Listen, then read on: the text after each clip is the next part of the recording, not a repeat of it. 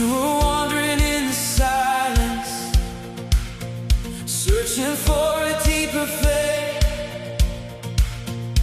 Then your spirit gently called us, and you spoke our hearts by name. Through the valleys and the questions, through the joy and through the pain, you are shaping us for heaven, teaching us to live again. Open up our eyes to see what a spirit-filled life can be. Holy Spirit, lead us onward through the pages of your grace. On this journey through Philippians, we will seek your holy face. Teach us how to live like Jesus, full of mercy, truth, and love, till the world can see your glory, burning brightly through your church. When the battles rise around us, when our strength begins to fade, you remind us Christ is with us, and our hope will never shake. Oh, give us joy beyond our circumstances. Give us peace the world can't steal. Form in us a heart of worship. Make our faith alive and real. Open up our hearts to know how your living presence grows. Holy Spirit, lead us onward through the pages of your grace. On this journey through Philippians, we will seek your holy face. Teach us how to live like Jesus, full of mercy, truth, and love, till the world can see your glory, burning brightly through your church.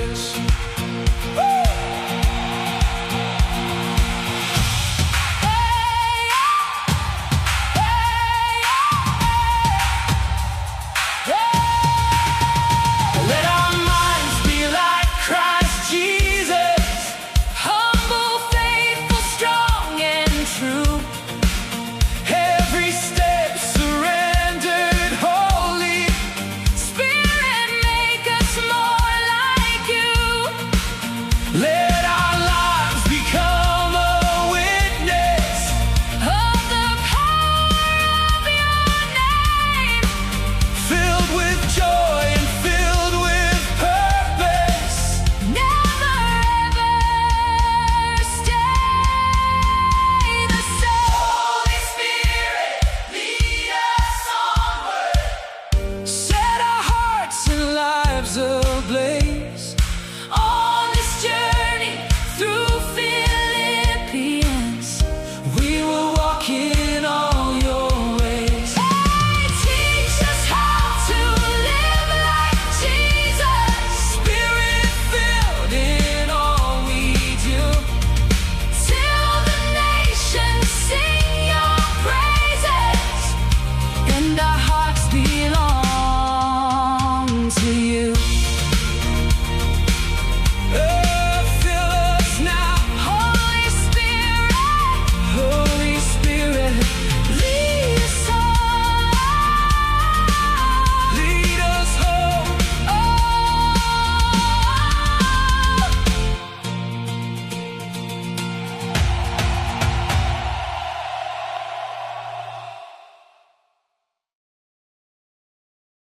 Ja, Gees van God wat in ons woon, wat uitgestort is oor almal van ons. Ek bid, Here, vorm ons laat ons meer en meer soos U, Jesus Christus, sal lyk. Dankie Here vir die voorreg wat ons het om ook nou in U woord in te gaan en om meer te leer van U liefde en U genade. Maak ons harte oop daarvoor en ontvanklik, Here. Amen. So, vanoggend staan ons amper al na die einde toe van ons reeks waarmee ons besig is, ontdek jou plek, die vyfvoudige Christusgawe waarvan ons lees daar in Efesiërs 4, en julle, ek wil net eerstens vir julle almal sê baie dankie. Daar is asof daar 'n nuwe opgewondenheid gekom het. Ek en oom Loot het gister Vrydag hier by die kerk gestaan, en toe gesels ons met mekaar oor hoeveel name al op hierdie lyste gesit is. Mense wat regtig waar belangstel om uit te vind wat is hulle kombinasie van gawes, hoe kan hulle deelneem hier in NG Florana, en hoe kan NG Florana dan weer deelneem in die liggaam van Christus? Nou kom ons herinner vinnig mekaar, die apostels, julle ouens was pers gewees, profete blou, evangeliste geel, die herders groen en die leraars rooi. Nou, ons gaan nou soos ons net gesê het aan die einde van die diens, die van julle wat julle name opgegee het en die van julle wat nog nie julle name opgegee het nie. Almal van julle is welkom om te gaan hoedjies haal en dit te gaan opmaak vir volgende week, en dan gaan ons daai wonderlike hoedefees hê. Nou wat gaan ons doen met die hoedefees hier in die gemeente? Ons het nou die laaste ruk as leraarspan gesit en ons het al die bedieninge bymekaar gemaak waar julle kan betrokke raak in die gemeente. Wat ons vir julle volgende week gaan sê is, as jy met 'n sekere kombinasie van gawes kom, waar presies is dit waar ons jou kan gebruik in die gemeente? Nee, wag, nie ons nie, waar die Here jou kan gebruik in hierdie gemeente. So ek is verskriklik opgewonde daaroor, en vanoggend praat ons oor die laaste van die gawe, en dit is die leraars. Nou julle, die identiteit van 'n leraar het ons vir mekaar gesê, dis ouens wat opgewonde raak daaroor om te leer en te onderrig. Maar nie oor die algemeen nie, want ek en julle nou beloof, ek het geen belangstelling in wiskunde nie. Ek is 'n leraar, maar ek hou van God se woord. Ek kan nie wag om nuwe goed te ontdek in God se woord nie. Ek kan nie wag om te luister na ander leraars wat vir my iets leer van God se woord nie.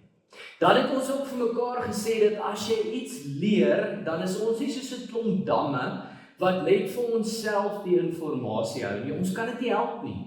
Ons vloei oor, en dit wat ons dan leer, gee ons oor vir ander, hopelik met 'n manier wat ons die boodskap met begrip kan oordra, en eventueel, hopelik, dan spoor ons mense aan om self ook te gaan meer leer oor die woord van die Here. Nou, ek en Sureta was so rukkie terug. Nou baie onlangs het ons die voorreg gehad om op 'n opvoedkundige geestelike toer na Italië toe te gaan, en daar het ons klomp verskillende mense gehad wat werklik vir ons goeie leringe gegee het. Goed wat by my altyd sal vassteek, en ek wil van hierdie leringe wil ek ook aan julle oordra vandag. Nou, julle gaan sien daar aan die regterkant van die skerm, is sommer maar net ons kaartjie waarmee ons ingegaan het in die Vatikaan Museum. En dan aan die linkerkant het ek 'n beeldjie bygesit, wat sommer maar net, niemand het ons iets geleer daarvan nie. Maar die Here God het my iets daai dag geleer daarvan, toe ek gestaan en kyk daarvoor. Ek het sommer net die liefde van ons Here Jesus Christus gesien, wat daar staan met 'n skaapie in sy hand, wat reg staan met die staf om my te beskerm. En hierdie beeld het met my gepraat, maar soos ek sê, dis maar sommer net iets ekstra wat vir my verskriklik mooi was. Nou, een van die leraars wat ons gekry het op hierdie toer, was 'n dame gewees by die Vatikaan Museum. Ek is baie hartseer om te sê, dat ek nie haar naam kan onthou nie. Maar wat ek nooit sal vergeet nie, is dit wat sy vir ons geleer het. Nou julle, die eerste een gaan julle dalk so 'n bietjie teleurstel. Dit was vir my ook 'n eye-opener gewees. Blykbaar is Donatello, Raphael, Leonardo en Michelangelo nie net turtles nie. Wie sou dit kon sê, né? So dit het vir my nuwe wêreld oopgemaak. Nou julle, hierdie vrou het 'n absolute passie vir die kunste.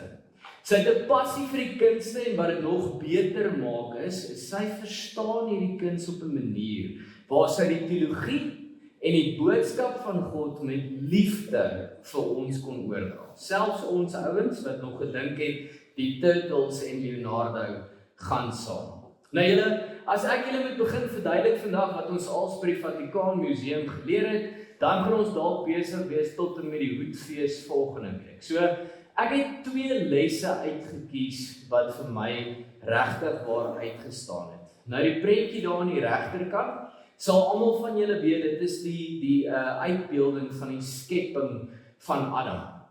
Nou hierdie beeld is natuurlik op die plafon van die Sistynse kapel. Nou julle, as jy daar instap, word jy net betower met beelde en fresco's reg rondom jou. Ek dink een van die ander ouens wat julle dalk ook sal ken, wat ook van die kunste daar gedoen het, was Botticelli gewees, en 'n klomp ander kunstenaars wat iets, elke een van hulle hart gegee het, om vir ons iets te kommunikeer oor ons verhouding met die Here. Nou, daai prentjie aan die regterkant, die skepping van Adam, hy is so reg in die middel. Nou julle, as jy instap by daai kapel, dan gaan jy outomaties getrek word om jou kop te lig. Want die hele plafon is uitgebeeld met 9 verskillende verhale. Al die 9 verhale kom uit Genesis uit, maar dit vertel ook iets van Jesus se kruisiging en opstanding. Hierdie in die middel het sy toe nou vir ons mooi verduidelik en dit het my so besig gehou. As jy kyk in die prentjie self, aan die linkerkant, het ons vir God wat daar tussen die hemelwesens uitgebeeld word. En as jy mooi kyk, dan is God heeltemal uitgestrek. Nou dit sê vir ons dat God is die een wat tot my en jou nader. Hy is ten volle uitgestrek, hy doen alles in sy vermoë om ons verhouding met hom te herstel en so naby as moontlik aan ons te wees. Maar dit sê ook iets van vrye wil. Want God gryp nie Adam se hand en trek hom nader nie, maar hy is ten volle uitgestrek. Dan die ander gedeelte wat my regtig daai dag en verder ook vasgevang het. As jy kyk na Adam, dan lê hy met sy knie so op en dit lyk of hierdie man half op die strand lê. Hy het so slap houding. Hy het so slap houding en hy rig sommer ook so slap handjie uit na God toe. Die irriteer my daar waar hy lê. Die het net vir ons so 'n mooi hemelvaartpreek gegee.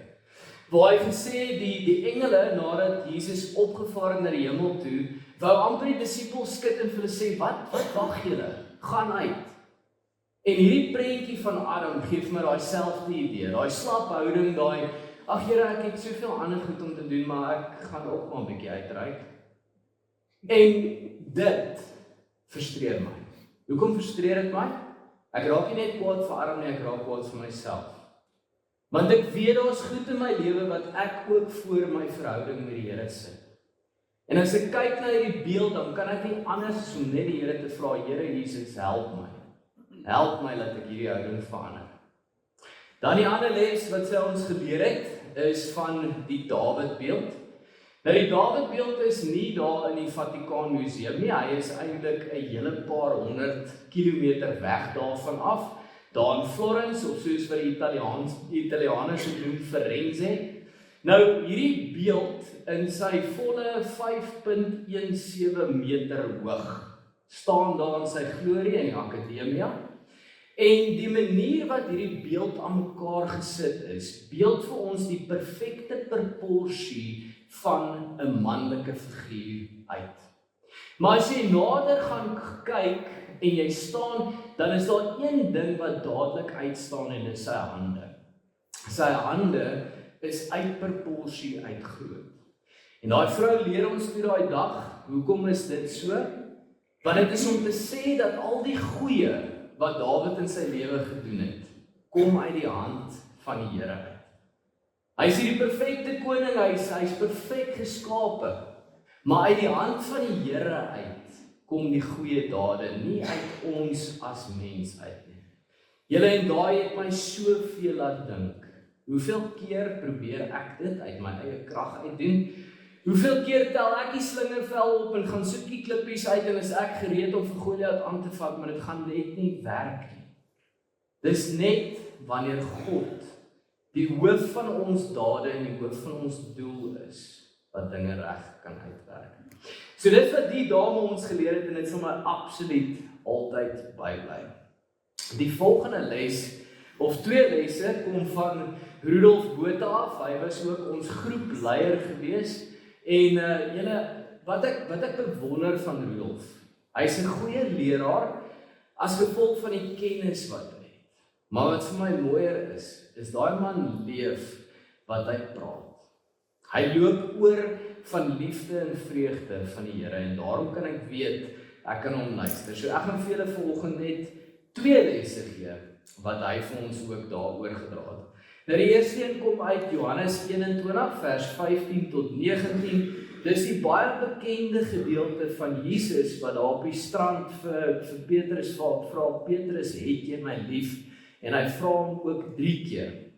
Nou, ek weet Frikkie het ook so geraak hier aan toe hy die dag oor die herders gepraat is, en julle net so by the way, daai preek met die herders, Krishna, jy en Jane, julle was ongelooflik geweest. Julle het vir ons so die hart van die herders gewys. Baie dankie daarvoor.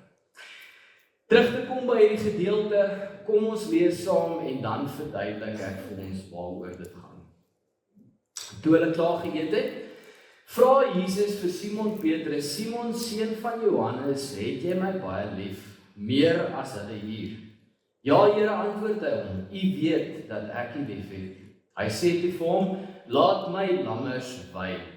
Jesus vra hom toe weer 'n tweede keer, Simon, seun van Johannes, het jy my baie lief? Ja, Here, antwoord hy hom, U weet dat ek U lief het. Hy sê toe vir hom, pas my skape op. Nou voordat ons die 3de keer lees, wil ek vir julle iets uitwys. Jesus vra hom dan die 3de keer, en hierdie keer los hy die woord baie uit. Hy sê net, Jesus sê toe vir hom, Jesus vra hom die 3de keer, Simon, seun van Johannes, het jy my lief? So hy sê nie hierdie keer, het jy my baie lief. Ons lees verder. Petrus het bedroef geword, omdat Jesus hom 'n 3de keer gevra het jy my lief? En hy antwoord hom, Here, U weet alles, U weet dat ek U lief het. Hy sê toe vir hom, laat my skape wei. En dan 'n baie vreemde gedeelte wat ons net so in ons agterkop moet bære. Dit verseker ek jou, toe jy jonger was, het jy self jou klere vasgemaak en gegaan waar jy wil. Maar wanneer jy oud is, sal jy jou hande uitsteek en iemand anders sal jou vasmaak en jou bring waar jy nie wil wees nie. Dit het Jesus gesê en daarmee aangedui deur watter soort dood Petrus God sou verheerlik. Daarna sê hy vir hom, volg my. Nou julle as jy dit net so lees, is hierdie eintlik 'n baie deurmekaar gedeelte. En dit is toe nou juis uit die lering van Rudolf uit wat dit vir my so bietjie beter en baie meer verstaanbaar gemaak het. Ons praat van 2 tipes liefdes in hierdie gedeelte. Die eerste 2 keer vra Jesus vir Petrus, Petrus, agape jy my. Met ander woorde, Petrus, het jy 'n goddelike, 'n selfopofferende liefde vir my? Dieselfde liefde waarmee Jesus die disippels se voete gewas het, dieselfde liefde waarmee Jesus deur vernedering vir elkeen van ons gegaan het, aan die kruis gehang het en eventueel gesterf het vir ons. Hy vra vir Petrus, Petrus, het jy hierdie tipe liefde vir my? En dan antwoord hy, ja Here, U weet, ek vul jou, U. Ek het 'n broederlike liefde vir U. Rudolf sê dit so mooi, hy sê, Petrus kon net wel gesê, ja Here, ek like jou. Ek like jou, jy's nice ou. En dan vra Jesus vir hom weer, nee, Petrus, ek dink nie jy hoor my reg nie. Petrus, agape jy my? Het jy die selfopofferende liefde wat ek van jou verwag, wat jy gaan nodig hê om my te volg? En dan sê hy weer, ja Here, jy weet ek like jou. En dan is die mooi van hierdie boodskap.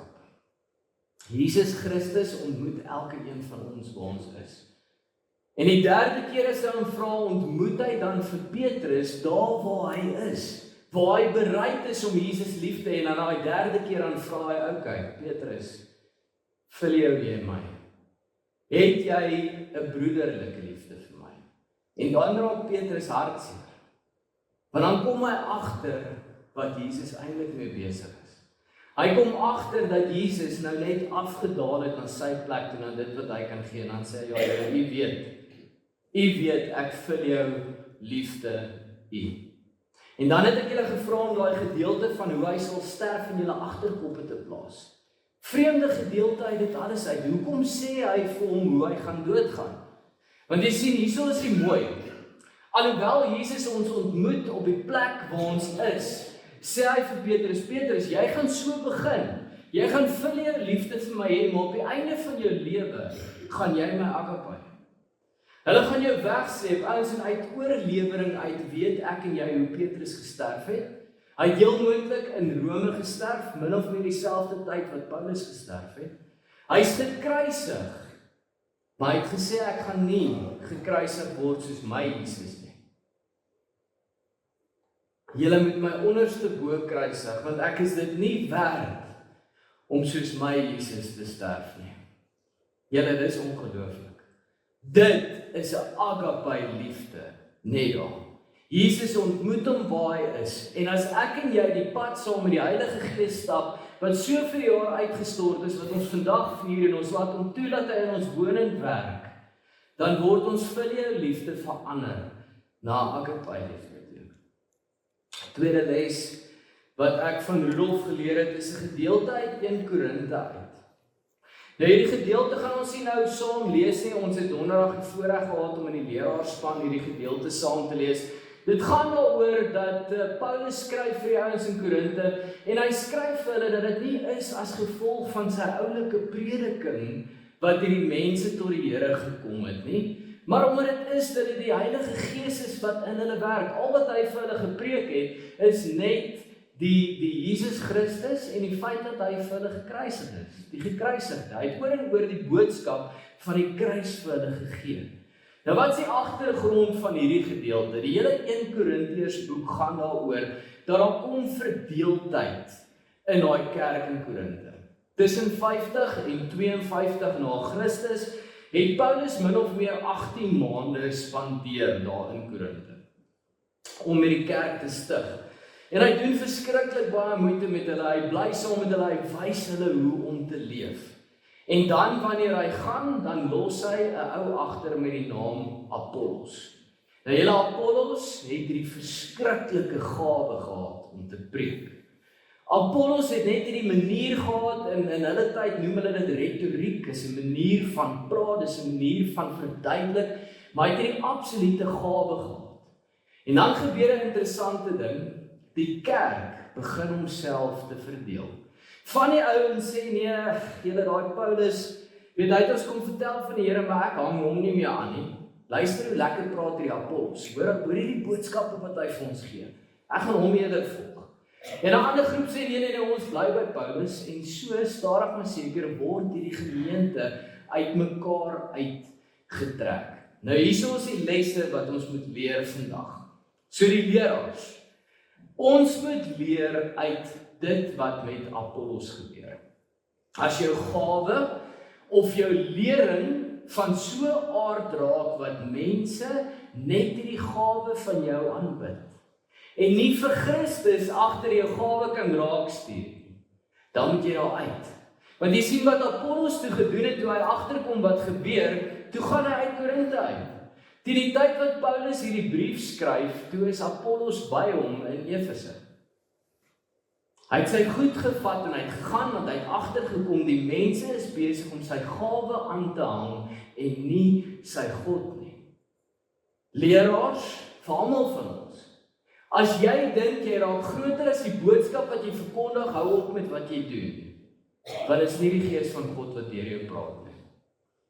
Dan die tweede waarskuwing of uitdaging vanoggend is vir die leerders. Ons ouens wat so graag by leermeesters se voete wil sit en wil luister na wat hulle sê. Rudolf sê die volgende: toets die lering wat jy ontvang. Nou wie sien julle daar in die agtergrond? Dis nie een van die turtles nie, as ek dit kan sê. Ken jy nog iemand op? Wie sê? Dracula. Waarvan praat Rudolf? Hoekom Dracula? Hy sê as die lering wat jy ontvang, jou 'n vampire Christen wil maak, moet jy daar uit. Wat bedoel hy? Hy bedoel as die bloed van Jesus Christus net is vir jou as individu se voordeel. Net is omdat ek die bloed van Christus pleit oor hierdie siekte, omdat ek die bloed van Christus oor my finansies. Julle ken daai verhaal. As die bloed van Christus net vir jou as individu iets beteken, het jy die verkeerde lering. As die lering wat jy ontvang, jou nie na 'n plek toe vat waar jy bereid is om jou kruis op te tel en Jesus Christus te volg nie, dan moet jy uit. Dan moet jy nie bly waar jy is nie. Ek is die Here ewig dankbaar dat hy hierdie reeks waarmee ons nou besig is op ons harte geplaas het. Dat ons iets kan doen waar ons julle kan voorstel aan julle eie kombinasie van gawes. Ouens, ja, Jesus Christus het gesterf vir ons verlossing en is ongelooflik mooi. Maar sy bloed roep ons tot soveel meer as dit. Sy bloed roep ons tot deelname. Jy sit met 'n rede hier in NG Florana. Die Here Jesus Christus het jou hier geplaas. Die werk wat jy moet doen is hier. NG Florana as 'n groep mense, as 'n geloofsfamilie, het 'n rol om te speel in die liggaam van Christus. En as julle nie julle gedeelte doen nie, as ek nie my deel doen nie, dan pas ons nie in waar ons moet wees nie. En dis die uitnodiging julle. Dis die uitnodiging wat gerig word aan elke liewe een van ons. Soos julle weet, met al die ander gawes het ons elke keer iemand gehad waarmee ons 'n onderhoud voer en vanoggend het ons die voorreg om so 'n bietjie vir Anneke Smith nader te ontmoet. Anneke, as jy vir ons na vorentoe sal kom, ek het selfs vir ons toegegeneem, kan jy dit groet? Sê maar net as hierdie ding begin fluit, want ek weet ek kan nie te naby kom nie. Ansai. Welkom en dankie dat jy hier is. Asseblief, sit saam. Dankie, Tian. Jou man kom tot jou redding. Jy kan sit net waar jy almal jy kan sien. Goeiemôre. So, Anneke, ons almal weet dat jy nie net onderwyseres nie, maar ook adjunkhoof is daar by Hoërskool Pretoria Noord. En jy is 'n leraar van nature, maar interessant genoeg toe jy die toets gedoen het, het jou toets nie net gewys dat jy leraar is nie, en ook nie heel bo getoets as leraar nie. Het jy al 'n bietjie gedink daaroor? Ek dink ek wil net eers sê, ek is stout vir 'n toetsie, so enige iets wat gaan oor 'n persoonlikheidstoets, ons almal het al die klere gedoen van Lenet Beer, of ons het ook al tooltrees gedoen van Hetty Brits, so dit het my regtig voor opgewonde gemaak. Ek weet ons het daar 'n leidende preek gehad en die rekkie preek tot en na die tyd het ek na Tian toe gegaan en hom eintlik maar 'n bietjie gepes en gesê ek wil nou dadelik hierdie toets skryf en om te kan sien wat gebeur. En ek het die toets geskryf en die uitslag gekry en na die tyd seker nog so 2 of 3 keer weer probeer en steeds dieselfde uitslag gekry. So dit het my nogal verbaas, maar dit het my ook opgewonde gemaak dat alhoewel ek elke dag by die skool met kinders werk en ek glo ek hier in die gemeenskap het dit toe nou nie so uitgedraai dat leraar my grootste gawe is op daardie toets nie, maar dan wel apostel.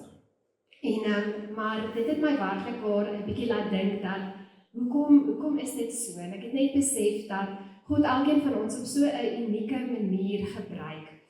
Daar waar ons beweeg en daar waar ons werk om hierdie gawes van ons uit te leef. En dit wys ons ook net, en ek het so 'n paar dinge hier neergeskryf, so vergewe my asseblief as ek net daarna kyk, maar dat die Here ons wil gebruik in ons plekke, nie net om daai gawe uit te leef nie, maar dan ook vir my om 'n bietjie grense te verskuif. En om as leraar op te tree, om mense te inspireer en opgewonde te maak, om in God se koninkryk te kan werk. En in hierdie tyd het dit my teruggevat, na so 15 jaar terug, wat God ons gesin Pretoria Noord toe gebring het. Daai stadium het ek nie geweet hoe kom nie. Ek weet ek het daar op die stoep van die skool gestaan en ek het vir Tian gesê, hoekom werk ek nou hier? Hoekom het die Here ons hier na toe gestuur? En hy het daar vir my gesê, my vrou, jy gaan dit nie nou verstaan nie, maar eendag gaan dit vir jou duidelik word. En selfs daarin het ek nou God se hand begin sien, om te besef waarom hy ons hierheen gestuur het, om so liefde vir die gemeenskap, vir die noord en vir die skool en vir die kinders te ontwikkel, om dan hier ook my werk te kan doen. Sureta sê altyd goeie goed vat tyd, so ek is bly hulle kon uit die nood uit hier na ons toe kom. Goeie goed. Ek en Sureta het juist gister gepraat oor ek kom van die nood na die noord, so ek weet nie wat se moeilikheid is dit vir ons nie. So, Anneke, so leraar kom natuurlik na jou toe, jy het hierdie verskillende kombinasie van gawes. Kan jy 'n bietjie vir ons sê, wat beteken dit vir jou om deel te neem aan die Koninkryk van God met die gawes wat die Here vir jou gegee het? Ja, verseker. Ek dink wanneer ek deelneem aan God se Koninkryk om mense en kinders te leer en te inspireer, groei ek ook self. Ek probeer om wanneer daar 'n kind voor my staan, nie net miskien die uitslag van die toets te sien of die probleem op hande nie, maar werklik die kind raak te sien in dit. En ek dink as 'n mens op 'n punt kom waar jy voel dat ek moet net self inneem en dalk net hierdie kennis oordra, dan mis ons dalk die punt. Ek dink nie dit is die plan wat God vir my wou gehad het nie. Want as ek self aanhou leer en self opgewonde bly daarmee, gee dit vir my soveel meer om te kan oordra, en dit maak my regtig baie opgewonde. Ek wil nie dit moet net gaan oor blote feitelike kennis om dit aan mense oor te dra nie. Ek dink dit is baie maklik om vir 'n kind te leer 1 + 1 is 2, maar sodat hulle kan verstaan en 'n nuwe perspektief te kan ontwikkel. En dit is vir my regtig waar die lekkerste ding om te sien dat hulle saam met my opgewonde raak oor iets en saam met my 'n nuwe passie ontdek en 'n nuwe perspektief en dan so uit te leef in die gemeenskap. En ek dink die feit dat leraar deel is van my lewe, maak dit vorm vir my die gereedskap. God het dit vir my gegee om dan al die ander gawes wat daar ook is, so te kan uitleef tussen die mense. Dankie. En dan is hierdie 'n interessante een. So, dink jy daar is 'n gevaar? Ek het net aan die begin het ek gepraat van ons is nie net 'n dammetjie wat opgaar nie. Dink jy daar is 'n gevaar as hierdie dam te vol word en dit vloei nie uit na mense toe nie? Ons weet daai idee van jy word vasgevang in die lering sonder om dit werklik uit te gaan leer. Ek dink definitief daar is 'n gevaar daarin. 'n Mens kan so maklik vasgevang word in feite en net kennis dat 'n mens vergeet dat 'n mens eintlik hierdie evangelie moet leef. Vir my gaan 'n ware lering nie net oor inligting nie, maar eerder oor 'n transformasie wat ons moet beleef. Jesus het nie net gekom en net vir ons boeke kennis gegee nie. Hy het dit werklik uitgeleef. En ek dink ons moet daardie voorbeeld elke dag ten volle uitleef. Jy moet altyd oop wees en bereid wees om dit wat die Heilige Gees oor 'n ou se pad bring, om dit raak te sien en dit dan so uit te leef saam met die mense rondom jou. Dit moet nie net gaan oor feite nie, maar ek dink eerder 'n ware lering moet gaan oor 'n passie en 'n liefde en 'n egtheid, en dit behoort baie dieper te tref as net 'n feit op 'n papier. Wonderlik, dankie. En dan die laaste een, wat dink jy, wat is die hart van 'n leraar? Wat is dit wat ons maak tik? Ek dink my hart om leraar te wees is 'n diep begeerte eerder om te sien hoe mense nader aan Jesus begin leef.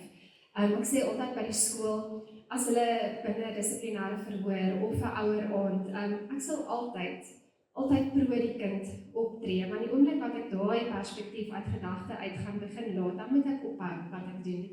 Dit is net soos wat jy net nou gesê het, dit gaan oor meer as net kennis. Ek wil graag 'n nuwe passie sien brand in 'n kind. Ek wil baie graag sien dat hulle ook begin glo in die dag van môre, want hulle het so maklik in vandag se tyd vergeet. So as ek daai gedeelte kan regkry, al is dit een kind in my skoolloopbaan, as ek een kind werklik waar net kan aanraak, is dit vir my genoeg. Dankie baie. Kom ons gee vir haar 'n klap. Ek het ook die voorreg hierdie jaar om die belydensklas saam met Anneke te hê, en vir die eerste keer sien ek ook nou hoe om 'n les voor te berei. Ek sê so Anneke, dankie daarvoor. Jy doen verskriklik baie moeite daarvoor, en weet jy, ons bid vir jou ook. Ons bid vir die verskil wat julle as 'n gesin in ons gemeenskap maak. By die skool, by die kerk, julle ouens is betrokke en ons kan sien hoe die Here deur julle werk. Baie dankie daarvoor. Kom ons bid saam. Here Jesus, dankie dat ons mag opgewonde raak oor lering. Here, dankie dat ons kan opgewonde raak oor u woord, oor goed wat vir ons stuur na meer van u toe. Here, ek bid vir elke persoon wat hier sit vandag, vir 'n groter honger na u woord. Here, maar dan bid ek ook, soos wat ons nou net gehoor het van Anneke af, Here, dat dit nie net 'n stuk kennis sal bly nie, maar dat dit ons sal dryf om te verstaan, ons is deel van u plan. Ons het werk om te doen. Ek bid, Here Jesus, dat u ons sal help, dat elke een van ons werklik ons plek sal vind in hierdie gemeente, in hierdie gemeenskap en binne in u liggaam. Dankie, Here, vir die groot voorreg wat ons het, om dit so saam te kan ontdek. Here, ek bid dat u saam met ons sal wees in die week wat kom. Ek bid ook dat dit waarmee ons besig is, met al die verskillende idees, dat dit nie sal wegtrek van die boodskap af nie, Here, maar dat ons ook die mooi boodskap van vanoggend sal onthou. Al die beelde wat u vir ons gee, Here, die kuns, die mooi van die wêreld, alles van dit wys na u toe. En ons kan net vir u sê, baie dankie, en dankie dat ons kan deel wees daarvan. Amen.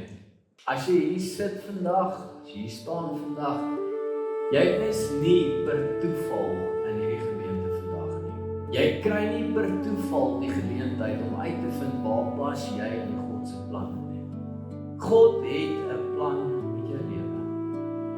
God wil jou gebruik, wat 'n absolute voorreg. Mag jy in die week wat kom, die liefde van God die Vader, die genade van sy Seun, die Here Jesus Christus, en die nabyheid van die Heilige Gees beleef oral waar jy gaan. Amen.